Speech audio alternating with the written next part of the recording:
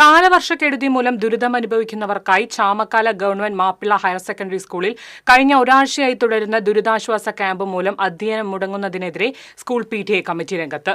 ഇത് സംബന്ധിച്ച് പൂർവ്വ വിദ്യാർത്ഥികൾ, അധ്യാപകർ, വിവിധ രാഷ്ട്രീയ കക്ഷി നേതാക്കൾ, നാട്ടുകാർ എന്നിവരുടെ അടിയന്തര യോഗം PTA നേതൃത്വത്തിൽ വിളിച്ചു ചേർത്തു.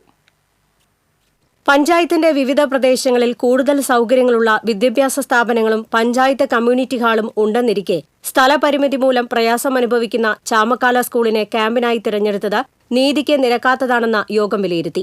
115-ലധികം പേരാണ് നിലവിൽ ക്യാമ്പിൽ കഴിയുന്നത്.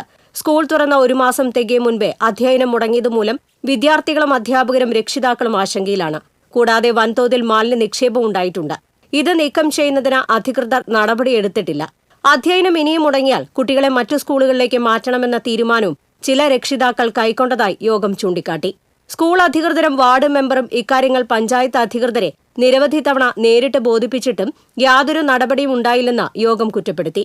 വിഷയത്തിൽ അടിയന്തരമായി നടപടിയെടുത്തില്ലെങ്കിൽ പ്രത്യക്ഷ സമരപരിപാടികളുമായി മുന്നോട്ട് നീങ്ങുമെന്ന് യോഗം മുന്നറിയിപ്പ് നൽകി.